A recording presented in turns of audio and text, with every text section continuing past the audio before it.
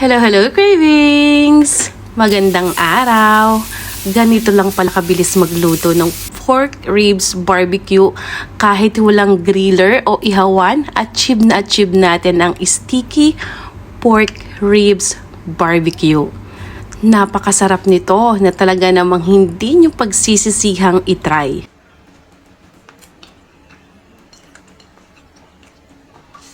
Meron tayo ditong 1 kilong pork ribs. Tatanggalin natin yung mga skin. Kung tawagin yan ay skin membrane ng ating pork ribs.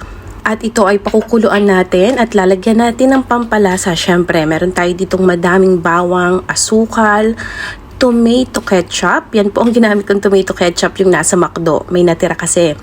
Tapos meron tayo dyang paminta, paprika at syempre ang tubig at hindi pwedeng mawala ang toyo. At ito ay pakukuluan natin for 40 minutes o hanggang sa lumambot. At dahil malambot na at mabilis nang tusukin ang ating mga pork ribs, hanguin muna natin at itatabi muna natin yan. Dahil yung sauce ay gagamitin natin ding pangpahid at pwede ding sausawan, lalagyan natin to ng cornstarch na may tubig. Dinisolve lang natin sa tubig. Ilagay natin sa ating mga sauce at halu-haluin hanggang makuha natin yung consistency na gusto natin. If meron pong magtatanong kung kailangan ba ng paprika to, lagyan nyo po kung meron po kayong paprika na available. Pag wala po, pwede nyo nang i-skip. Ayan, ganyang consistency ang gusto natin. Lalapot pa yan habang lumalamig. Tapos in the same pan, meron tayong margarine or butter. Ilagay natin ang ating mga mixed vegetables. Yan po ay nabili ko lamang sa supermarket ang ating mixed vegetables.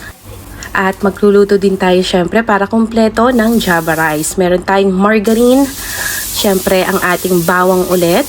Halu-haluin hanggang sa mga moy at more margarine pa para mas masarap. At syempre ang ating turmeric powder. Kapag wala pong turmeric powder, gamit po tayo ng annatto powder o atsuete powder. Ang ginamit ko po dyang rice ay yung ating rice na natira na nilagay ko galing sa ref. Tapos mix lang natin, lagyan natin pampalasa kung ano pang gusto nyo pampalasa. At ready na yan. At yung ating mga pork ribs, ilagay natin sa kawali. Kahit na anong kawali, pwede po natin gamitin. Pahigda ng ating sauce at palibalik ta rin. Ayan, achieve na natin ang ating sticky pork ribs barbecue. At ready na to serve. Para na tayong kumain ito sa restaurant, mas makakamura pa tayo dahil homemade lang yan. At saka, only rice at only sauce. Sana ay matry nyo na rin, cravings, at huwag nyo pong kalimutan, pakishare po ang ating video, mag-comment po kayo, kung may mga tanong kayo, papuso na rin po.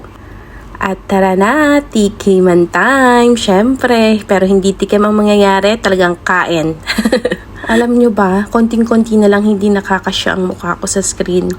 Enjoy watching, cravings!